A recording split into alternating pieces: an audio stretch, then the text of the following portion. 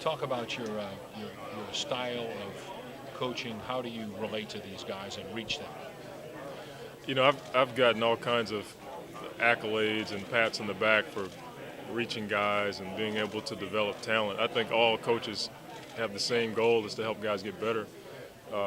If I can pinpoint one thing that I've done throughout my coaching career is I just try to be honest with guys about their game. The last thing that I wanted when I played was a coach to tell me that everything was okay when it wasn't. And the best coaches that I've had were coaches that told me right up front, you need to work on this. If you do this, you're not going to play.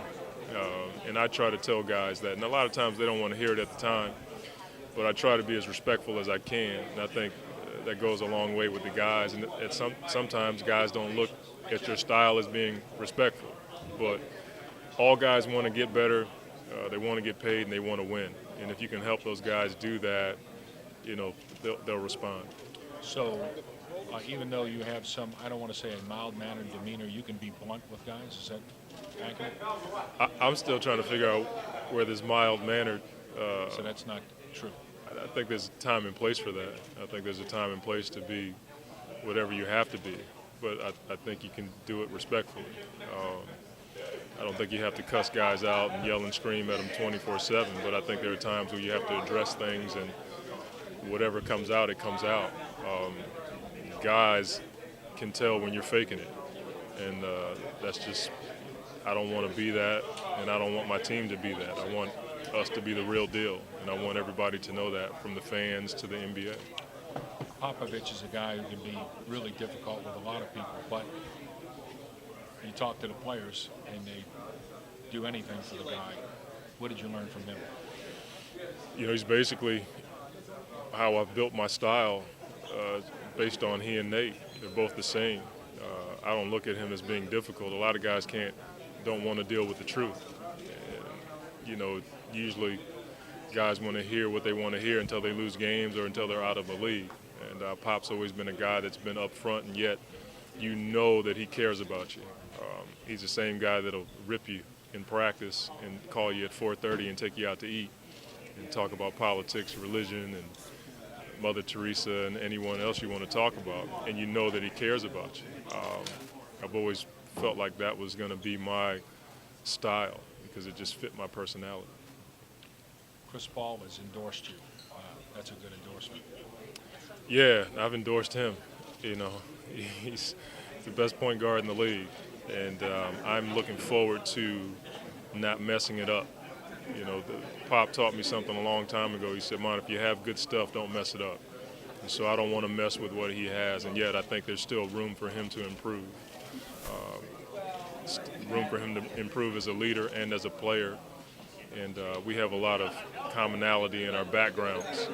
And at the same time, I know that he wants to compete with his contemporaries.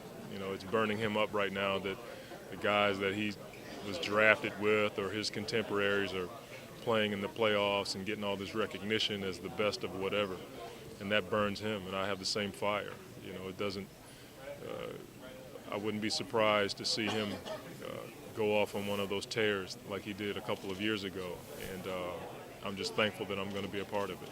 This team is right up against the luxury tax.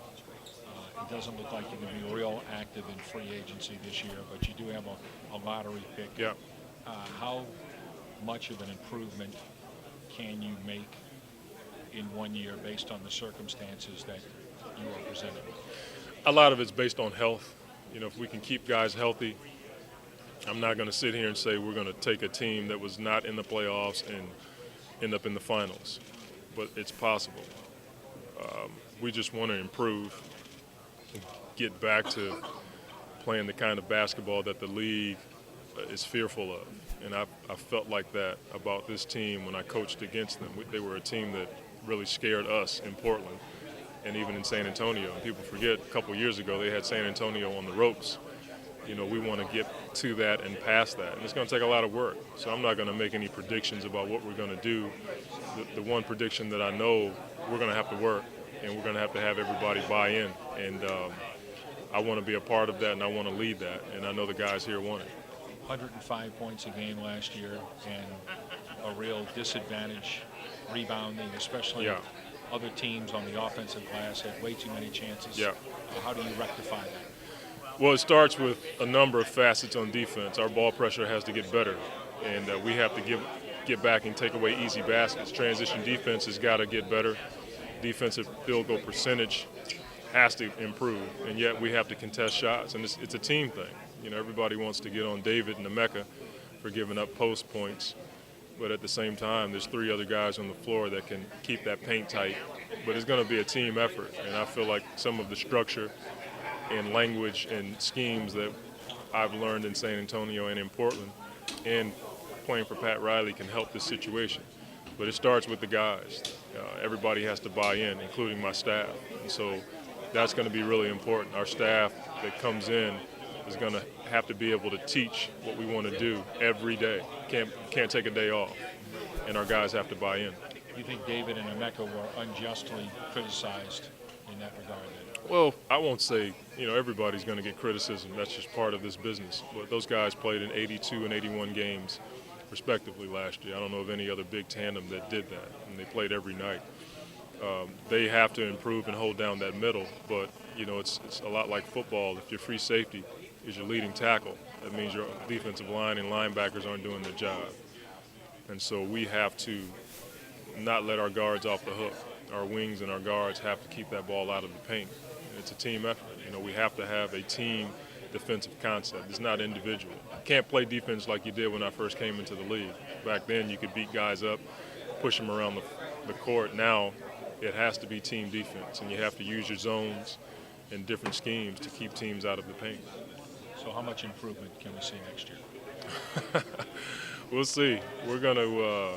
Why do you find that? Well, that's the I'm not going to make question, any. isn't it? I'm not going to make any predictions. What I am going to say is we're going to be a team that plays together, works hard, and I believe that the fire that Chris has, David wants to be an all-star. Emeka has a year under his belt, and we have some young guys that are going to have a target on their back. They're not going to sneak up on anybody anymore. And so, are we going to improve? I believe we will. Matter of fact, I know we will. But it's going to take a team effort, and I'm glad to be a part of it. Thank you very much. All right. Appreciate it. Yep. Appreciate it.